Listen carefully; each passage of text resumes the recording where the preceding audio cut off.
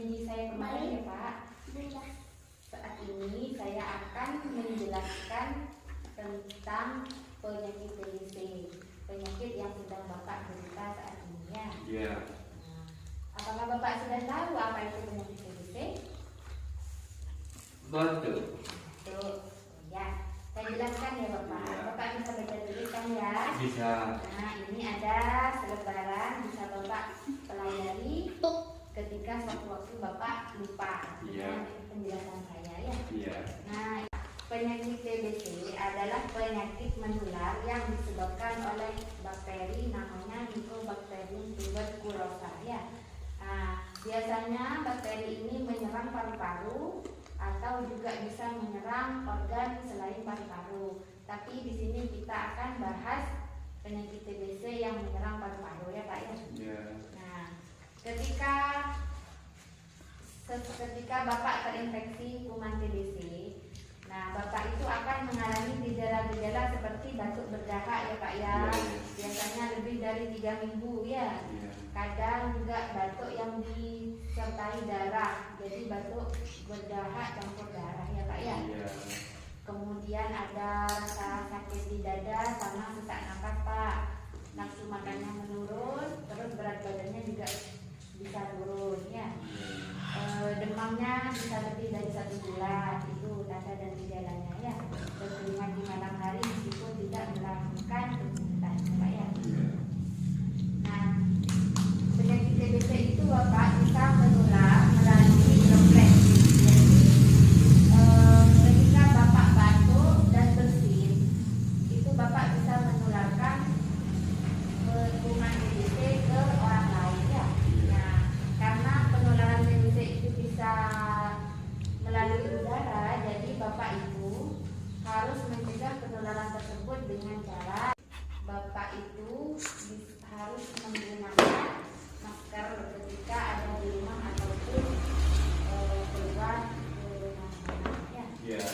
Ketika Bapak batuk atau bersin, Bapak harus menutup pakai tisu ya. Ketika batuk atau bersin Bapak tutup pakai tisu, kemudian tisunya Bapak buang ke tempat sampah yang tertutup ya Pak ya.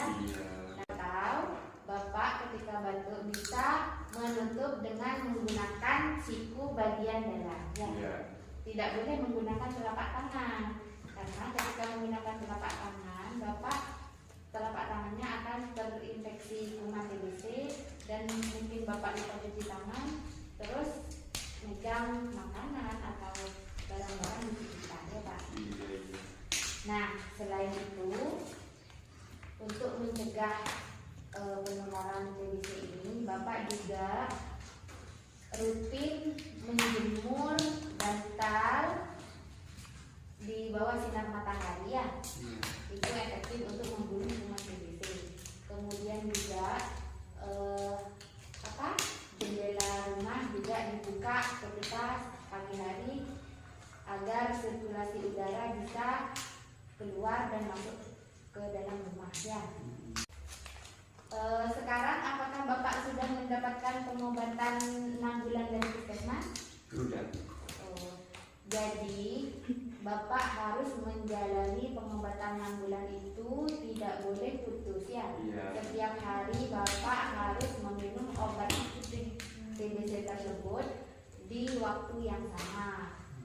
Biasanya Bapak itu minum di jam 7 malam, jadi besoknya juga minum di jam 7 malam. Dan itu tidak boleh putus, jadi harus berlanjut selama 6 bulan ya Pak ya. Tidak boleh ketika sudah merasa lebih enak Bapak memutuskan untuk minum obat, itu tidak boleh ya Pak ya. Harus tetap selama 6 bulan ya Pak. Boleh saya tahu siapa yang biasa mengawasi Bapak ketika minum obat? Apakah mbaknya? Iya. Mbaknya putri Bapak? Iya. Biasanya yang mengawasi minum obat siapa Pak? Saya. Oh ya.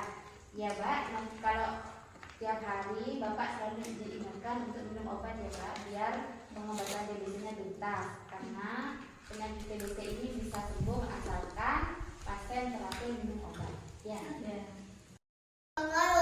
Nah, ketika Bapak itu berhenti atau putus minum obat, itu bisa menyebabkan penyakit Bapak TBC ini tidak akan sembuh. Terus kemudian akan lebih sulit diobati karena kemungkinan kuman TBC yang ada di dalam paru-paru Bapak itu menjadi kebal obat.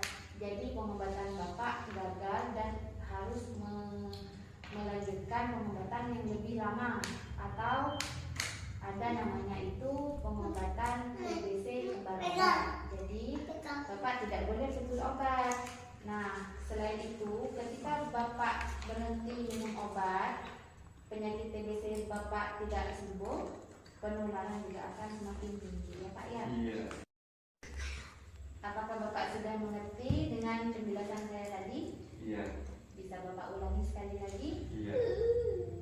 Penyakit TBC itu penyakit apa Pak? Betul.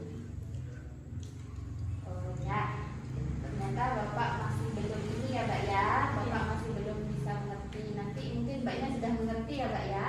Iya. Ya, Mbak nanti bisa menjelaskan lagi ke Bapak atau bisa sambil baca-baca leaflet yang sudah saya berikan ya. Baiklah, sekarang saya cek tensi dulu ya Pak ya. Iya.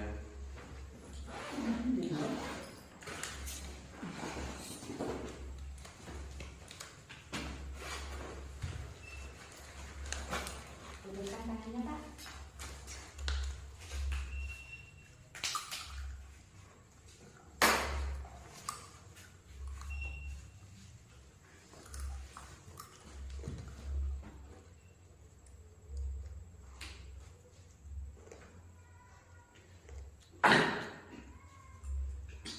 Isi Pak ya.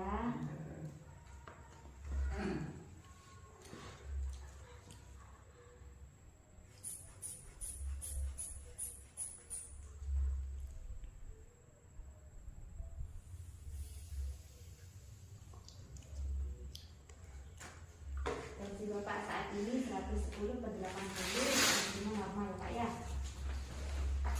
Sekarang setelah Bapak menjalani pengobatan yang sudah berlangsung berapa lama ya Pak? Berlangsungnya Pak? 1 bulan? 1 bulan. 1 bulan ya. Sekarang keluhannya Bapak apa? Rasa enakan. Sudah enakan? Iya. Masih batuk? Masih batuk, dahanya Tidak bisa keluar? tidak bisa keluar. Oh, dahanya tidak bisa keluar ya? Iya. Baik, saya akan jelaskan cara batuk efektif namanya ya Pak ya, Iya. agar bisa membantu dahaknya bisa keluar ya. Iya.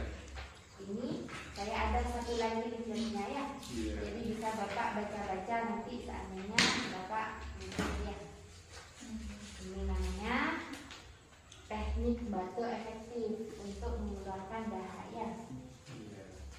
Nah, di sini batuk efektif itu merupakan metode batuk dengan benar agar mudah keluar dahak dan tidak lelah sehingga dapat menghemat energi ya. Iya. Tujuannya yaitu melatih otot pernafasan agar dapat melakukan fungsi dengan baik, mengeluarkan dahak yang ada di saluran nafas. Kemudian melatih agar pasien melakukan cara bernafas dengan baik ya. Iya.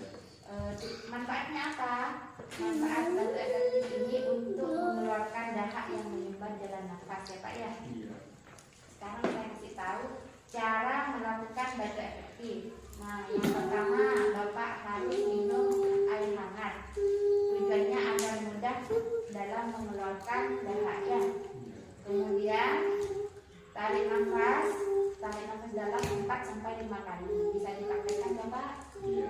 Ya, setelah itu pada tarikan selanjutnya nafas ditahan selama 2 detik. Kemudian angkat bahu dan dada dilonggarkan serta batukkan dengan kuat. Tindakan ini bisa Bapak lakukan sampai 5 kali ya. Apa Bapak bisa mempraktikkan? Iya. Gimana Pak?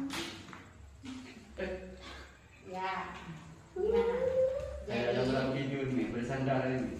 Nah, batuk efektif itu minum air hangat, ya. Kemudian tarik nafas dalam 4-5 kali. Dicoba. Nah, setelah itu tarik nafas, ditahan selama 2 detik. kemudian batukkan dengan kuat. Gitu. Batukkan dengan kuat. Ya. Iya.